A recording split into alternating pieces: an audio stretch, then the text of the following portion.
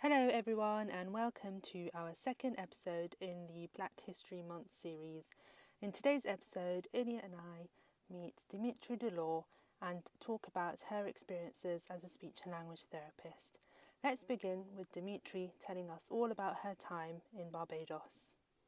Hi everybody, I am Dimitri Dolor. I am currently a speech therapist working within London. I work within mainstream primary schools and also resource provision specifically for children with autism. That is in primary school as well as secondary school. So today, before we kind of start off about my speech therapy career, or really we want to go back to the foundation, and that is that I actually got the opportunity to do an internship in Barbados. So I am a St. Lucian born and bred. I am a Caribbean girl, and so when I had the opportunity, when I heard about the opportunity to go to Barbados, that was really exciting to me. Not only because I'm from St. Lucia, but also because my stepdad, who unfortunately has passed away now, but was so integral to me being, growing into the young woman that I am today. He was from Barbados, and so when I heard about Barbados, I was like, I've got to go, and I've got to kind of honor him in that way. So this was something that was arranged by my university, which was City University of London. And so it was 10 months and I worked across two sites. So one was Lockerbie College, where I worked 3 days a week. And that was working with students aged 8 to 18. And so really from primary school all the way up to secondary school, and actually really sixth form as well. And then also working with Sharika Bentham as part of Easy Speak Enterprise, and that where she works has a client group of kind of 2 to 9 in terms of pediatrics, and she also works with adults as well. So a really diverse caseload, but actually came with its challenges. Being a newly qualified, being in a new country, being in a new environment, it was a lot. But I do want to say, particularly within Lockerbie, one of the things that I was able to develop and raise my awareness to see that actually I needed to do a lot more work in understanding was the link between language and literacy. So thinking about actually how can we support students who find phonics and phonological awareness quite challenging, thinking about how do we support reading comprehension, and also thinking about how when a student can actually express themselves very well with regard to their spoken communication, but when it comes down to writing, they find that quite challenging, and not just with regards to narratives, but also in exposition as well. And another thing was that I also had the opportunity to work alongside an educational psychologist, and so when there was kind of students who were having more difficulties outside of speech therapy, there was also that support system as well. So I really enjoyed Lockerbie, and actually it helped me to figure out or to support what I then went into when I returned to the UK, where I worked within Words First. That is a private company that specializes in language and literacy and that link. So that was directly from that, because I was like, I need to better understand and also continue to understand as well. So then moving on, thinking about Easy Speak Enterprise run by Sharika, that was a really helpful in relation to the job that I'm doing now. I found that even outside of doing the course, I actually did the undergrad. So 4 years, 4 wonderful years at university. Whilst I had learned about autism, in particularly just to kind of focusing on that, I was still thinking, I guess it comes with experience, but sometimes when a student gets a diagnosis of autism, or a parent has a child with a diagnosis of autism, there might be, this kind of fear that they might not necessarily live up to their fullest potential, especially when a child is nonverbal. It's kind of like, there's an understanding, or there might be a fear that the child will remain nonverbal, or remain kind of at the pre-verbal stage. But working with Sharika really opened my eyes to see that, with the right support, there are many students who will develop language. There are many students who will start talking, and even if they're not talking, using, actually their mouth, but also thinking about, low AAC and high AAC, whether that be a call board, whether that be a PEC system, whether that be an iPad. There is a channel where we can support their communication, and it was really lovely working with her. And actually, even up to today, kind of 4 years into my SLT journey, I'm still coming back and thinking about, the things that I've learned. And so even actually, if you're an SLT student and you're, really focus on learn in your placements, because they're really helpful. And I think every placement I've had, every job that I've done thus far, they all come together, and it's really helpful to kind of put all your skills together. and provide a package where you've got lots in your toolkit. And I definitely know that I have to keep working on in my toolkit. I need to keep adding things. But outside from autism, we were also doing kind of speech sounds and learning about, tuning my ears in to I could carry out speech sound assessments, thinking about articulation, but also phonological processing errors. And again, absolutely, I learned that on the course. But there's nothing like being right there in real life and seeing a child and, really tuning in to the errors that they're making. And then when it comes to working with the adult population, I actually, it was really good because I had there was a patient that Sharika was working with, or a client Sharika was working with, who had traumatic brain injury. We also had, a client who had dysarthria and then also kind of aphasia. So whilst I think her caseload at the time of adults was smaller, thinking there was actually also dysphagia as well, and looking at, learning about chewy tubes and starting to think about, looking at students and how they chew. And again, there was so much, and it was such a great experience. And really, while sometimes I felt, oh my goodness, in hindsight, I'm really, really grateful for the opportunity. And not only that, but I got extra vitamin D. I got some time in the sun. I got to meet new people. I have, their friends and that I still speak to up to today. And I definitely Barbados has a special place in my heart. And being a Caribbean girl, it was really helpful to be able to experience that, particularly as a newly qualified SLT. So, Dimitri, let's scale it back a little bit. So, how did you first come across speech and language therapy? Did you know speech and language therapists before? Did you sort of stumble into it like a lot of us have? We're all stumbling, aren't we? I was actually wanting to be a maths teacher, secondary school maths teacher, when I left school. And then I did public relations, and then I was like, this really isn't for me. I don't care too much about IKEA's outdoor living range. No offense to IKEA. This was an apprenticeship after finishing college. And I was just kind of, searching for something with greater job satisfaction. And my mum randomly was like, Dimitri, have you looked into speech and language therapy? And I was like, me, healthcare, it's not gonna happen. Now I've got an NHS badge, can you believe? But and so she was speaking about it, and I was like, and parents, there's some value in what your parents say, right? And I said, you know what, I'm going to honor my mum, and I'm going to look into speech and language therapy and see what it offers. And so when I looked into speech therapy, it was actually a lot of the Stroke Association stuff came up, and I was like, this sounds great. I love to chat, because that's basically what people think about speech and language therapy. I was no different. And I was like, I would love to help people regain their communication skills. And so that is what opened the door to me looking into speech and language therapy. And to be honest, when I did even starting the course, I look back at my university personal statement and I think, well, how did I even write this? Because this sounds really good, but I don't know if I knew as much about speech and language therapy at the time, if you get me. So that's how I stumbled into it. And I think my cousin had speech and language, but for his speech sounds.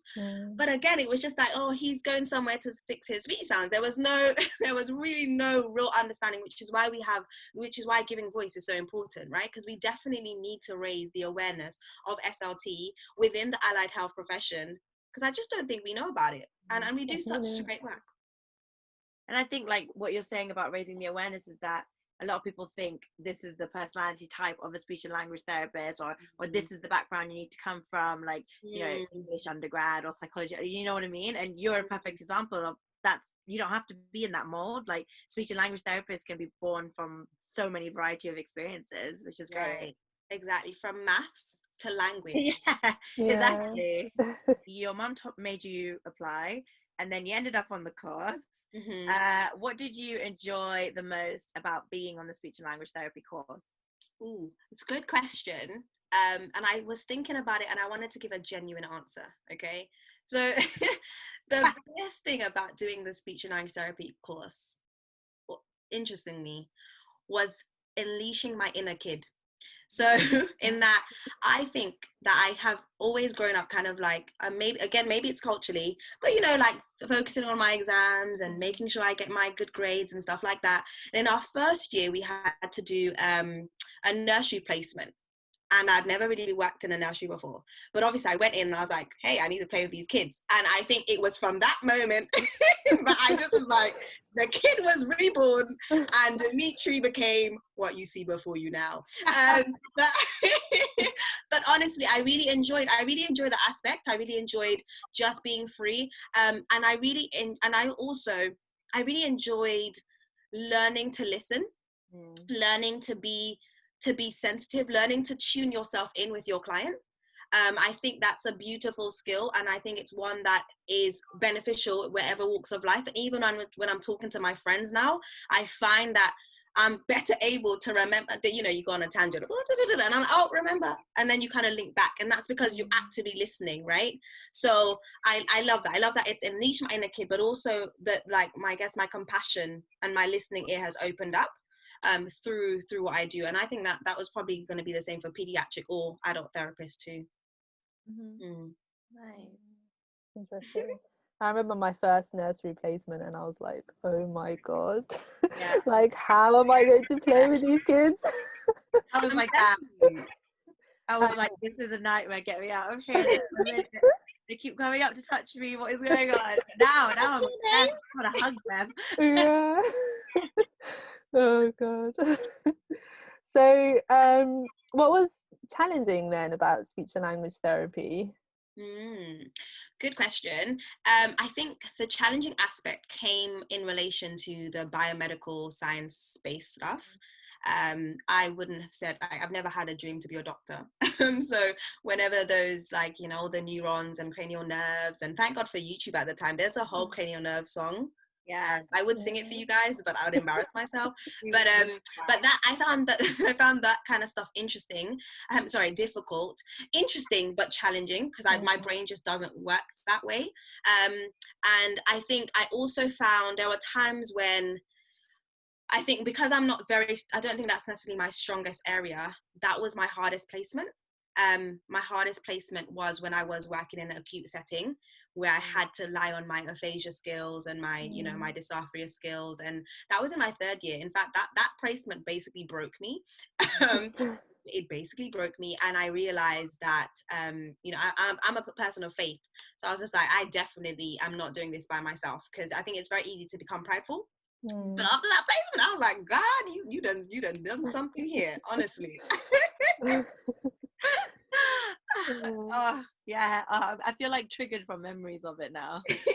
We're all in the same boat. Yeah, it's so different to peds, isn't it? It's just But sort of at the same standing there. time, yeah, but at the same time, remember, you know, my practice educator doing like who doing what, which is basically colorful semantics for anybody who's watching. And it's like, well, you know, I've just taken out the colors. That's the core thing. So for any student who's scared of an adult placement, recognize for real that the skills that you have from pediatrics can be crossed over. They are transferable. I think it's just the mindset, and I didn't have that. I went in with, I've never done this before, and I was really scared. This isn't my strong point, and I was really scared, and I think that held me back, because if you're in your head, it's very difficult to you psych yourself out. And I think on that placement I definitely psyched myself out, but also because I think I was doing way too much at university and I didn't prep enough. So it was a combination of factors. But yeah. Were you someone who joined like every club and not every club, just a few. That feeling. I was one of those. So it takes one to know one. No, but I mean, the June, I don't know, June 2016, I want to say, I did an SHS ball, which is like a School of Health Science ball, and the idea was getting the MDT team together. Nice. We had a free course meal, we had a DJ, we had dance, we had the choir came, we had just, you know, one-to-one performance. You missed it, Ilya, you missed it. I graduated wrong year, damn it. Shucks. But yeah, so that was, I think that, let's say that was on the 4th, and I had placement on the 6th. I mean, Dimitri. Oh wow. You had a placement 2 days after doing something like that. Yeah. You know, so that kind of failed. But then the party was great. So it was all worth it. So I tried to do something like that for my cohort. It ended up just being like a plate of like different types of croissants and stuff, and then it was in the space, and it was just all the speech therapists. It was just women, and then Oh, having some croissants and having a chat, and I was just like, okay, I tried. because divorce can be quite challenging, right? Yeah. So next thing we want to ask is, you kind of touched on a few, but if you could say 2 things that you didn't know about speech and language therapy before, what would you say? Okay. I was kind of hoping that this question didn't come up, because like, what would I want to know? But or what would I want others to know? Is that the question? What would I want others to know? Or what you didn't know and Or that what you I didn't now, know or Before you became a the surprise, therapist. that was a Okay. surprise, yeah. Okay, I guess the first bit is just how many divisions we work in, how broad our role it really is. Because I think, okay, eating and drinking, no one even I don't think if you don't have a swallowing difficulty, you don't think about it. You swallow, your hyoid bone goes up and down or whatever it does, and you're like, I'm good. But you know, all those phases of swallowing and stuff, I was just like, wow, blown away. I also didn't realize that, like, what a verb was. I don't know, did anyone, when they were learning linguistics, go like, wait, that's a verb? Anyway, I digress. I digress. But generally, just how, like, forensics, the you know, the youth justice system, mainstream, you know, like, it's just so vast. So that's definitely one thing. Another thing I would have known is, actually, because I didn't know speech and language therapy before my mom talked about it, I didn't actually know that it was quite a specific, you know, or the lack of diversity within speech and language therapy. I wasn't aware. I'd never really come across one. Now, whether that, I think because I had experience in the working world in my apprenticeship, going into a cohort where it wasn't as diverse, I wasn't necessarily taken aback, because I'd worked in the real world where I was kind of very few and far between in terms of being employees.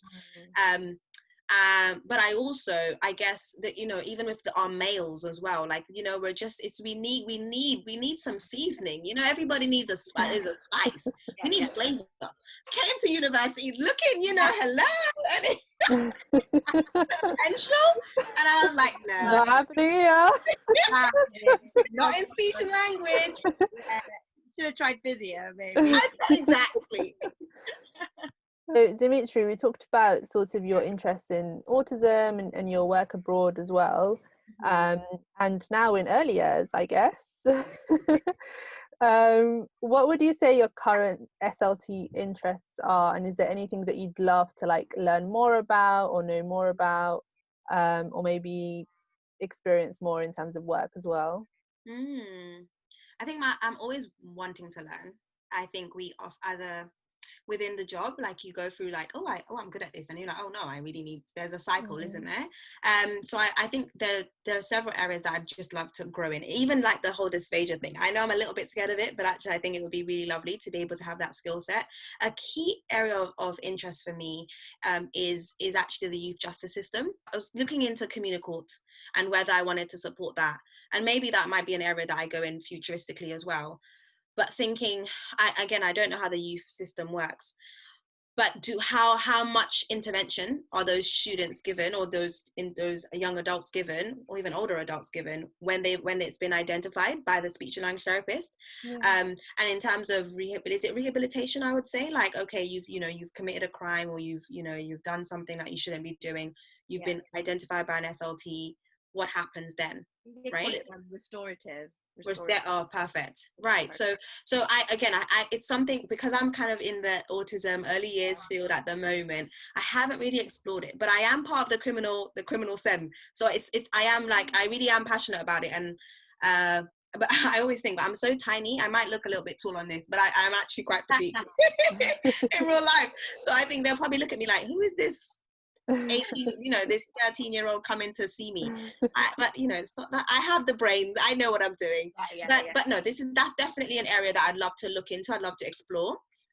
Another thing is, I'm originally from St. Lucia, and so working in Barbados was also really helpful, because it allowed me to have exposure to what SLT looks like in the Caribbean.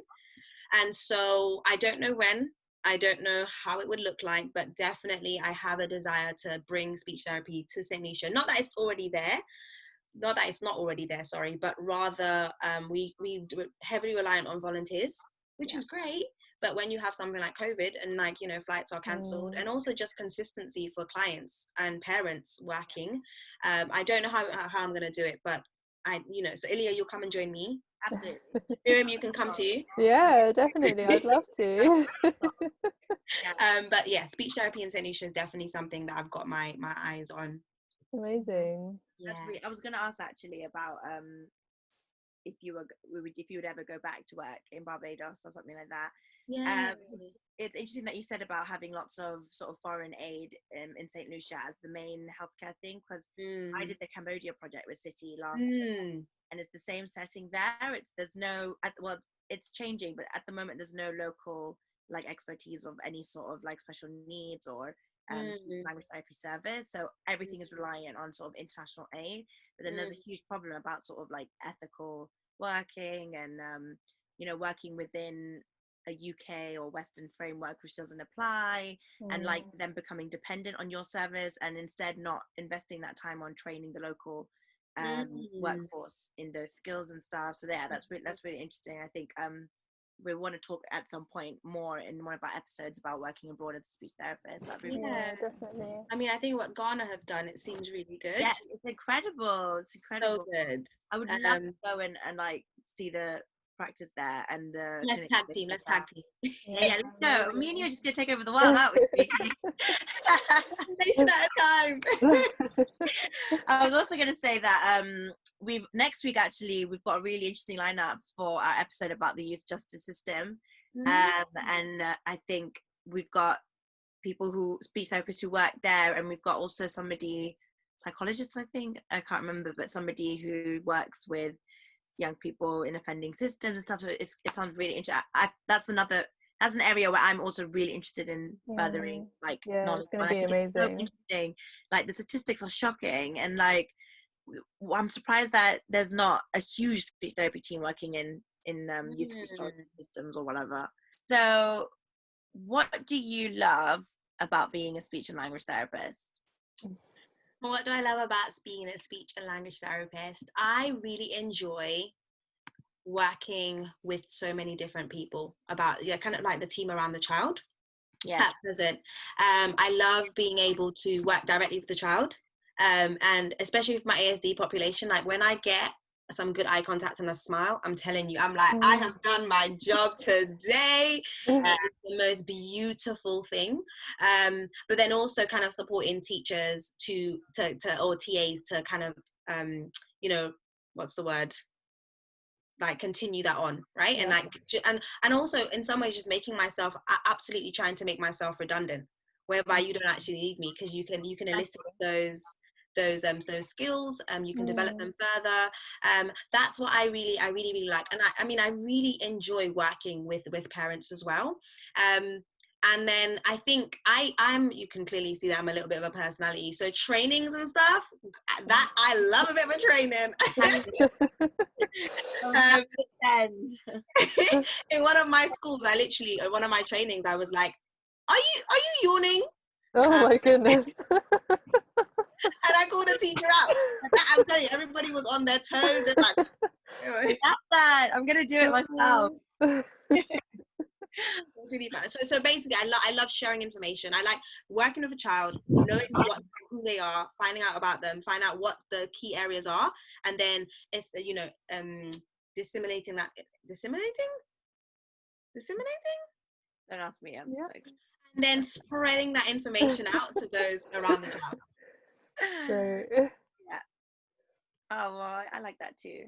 Yeah, it's so nice. Like I think that's what I miss from lockdown. Yeah. Like just that interaction, that face-to-face interaction with the children. Mm-hmm. I don't think you can replace that. As much as like teletherapy is amazing, like I just think it's really different just seeing the children face-to-face. Yeah. Even amidst all the PPE. Yeah. I know. Yeah, that could be a struggle, but it's when they're excited to come out for speech and language therapy. I'm like, oh, yeah, you actually want to see me. It's so good. You are so right. I was in Barbados, and then one of the one of the little kids I was working with after school, actually, he was like, Mum, I'm really tired, but I really like seeing Dimitri and going to football. And I was like, what? Yay. Football and Dimitri? On the same level. For me, it's walking through the corridor of the schools and all the kids being like, "Hi, Miss Ilya. Hi, Miss Ilya." Yeah. And I'm like, "Oh, hi, everyone." Oh, So cute. So good. cute. So, what do you find challenging about being a speech and language therapist? It's a good point. There's several things that are challenging about our job, to be honest. I think admin is a challenge. Oh, yes. Admin is a big challenge. I think admin is often not, you don't really think about the amount you have to do, but there is a lot to do. So admin is challenging. I would say also feeling sometimes, especially with newly qualified, and I think I'm getting more and more competent. I feel more competent, but I still have a lot to learn. But even like that imposter syndrome, like you might feel like, oh my God, like what am I actually doing? Do I really know what to do? But just remember that you have trained like a number of years and you know a lot more than the average person. So I kind of sometimes have to kind of encourage myself, like, no, Dimitri, keep going. And then another thing, the logistics, which is getting, because I go from school to school, and you know, just being able to just be based in a school. And I was saying, like, you know, have a mug, you know, Oh, yeah. a mug in a place. I mean, hello. I just reached out for it, but yeah. So because I move around so much, that's quite challenging. Yeah. But top tip is wherever you can. I know in light of, you know, the current pandemic, but I often try to stay eat in the canteen, eat in the staff room. So Definitely. then staff know you and they, hi, I'm Dimitri, I'm the speech therapist. And again, raising awareness, because sometimes it's so easy just to be in your little bubble or a different bubble, but in your, you know, your cupboard or your little space, and then, you know, you go and you see the child. Remember, it's about generalization anyway. So the more that other staff members know about you and what you do and how to use what you know is so much better. Definitely, yeah. I think I've learned that sort of, I think in my first couple of months I would just stay in the room that I'm based in, but actually having lunch in the staff room, you just become part of the school, and you can just do so much more with the children, and the teachers and the TAs start to approach you on their own, and it really makes such a difference. Absolutely. But I think it's a little bit more challenging when you have like 12 schools that you go to. In that sense, but you know, just trying to, I guess, make everyone feel your presence. Like, I'm here. And one of the top tips I was told is that, like, if the receptionist knows who you are, then you're known in the school. So even when you go in, you say, hi, you know, hi Barbara, how are you? I'm Dimitri, the speech, you know, build a relationship, because it shows. Like, if your supervisor comes and they're like, Dimitri who? You ain't doing enough. You giving voice, remember, giving voice. Yeah, definitely. Really good advice. So last question. What, you've already given so much advice, so many, but what final advice would you give current or future speech and language therapists? Okay, this sounds so cliche, but honestly, be yourself. Okay, I'm quite a character. I would like to say I'm energetic, okay? And sometimes even I think, oh, Dimitri, you said a little bit too much, but I mean, that's my personality. And if I can't be 100% authentic me, then I can't give the best version of me, right? Absolutely, you want to be professional. Absolutely, you want to give a good impression. And that doesn't mean that you have to be energetic. If you are more inward and you know you're more kind of reflective, a little bit more introverted, that's absolutely fine. Don't try to be someone else because you've seen your PE be that way, or you've seen, you know, Ilya be that way, or, you know, Fabulous Me be that way. Don't you know, no, I'm not gonna forget about you, Miriam. You know, Miriam be a certain way. You know, don't feel like you have to be, because you know, don't be a cookie cutter SLT. That's not what we want. All our clients are individual. And we are individual as well. So bring that. Remember, bring the seasoning. Okay. All right. Definitely. That's great advice. Love that. I feel like our speech therapy students don't hear that enough, especially ones who are from like diverse backgrounds. Like, we don't hear enough of like really show who you are, because it's always an asset. Definitely. So that's really, really, really nice advice. Yeah, lovely. Great advice. Thank you so much, Dimitri. And thank you for coming on our episode. It's been great having you. We definitely need to think about inviting you to another episode. I'm going to go have a look at the plan and see which one you need to come to. The most fun I've had. Literally, it was amazing. It was really lovely being here, and I'm sorry I haven't come sooner. Forgive me. Thank you everyone for listening to our second episode of the Black History Month series featuring Dimitri. Hopefully you can join us for our next episode, where we will have another Black speech and language therapist, and we'll be talking to them about all the amazing work that they're doing in speech and language therapy. Be sure to follow our Twitter and our Instagram, SLT Times, at SLT Times, SLT Time, to keep up to date with new episode releases. and that's the SLT for today.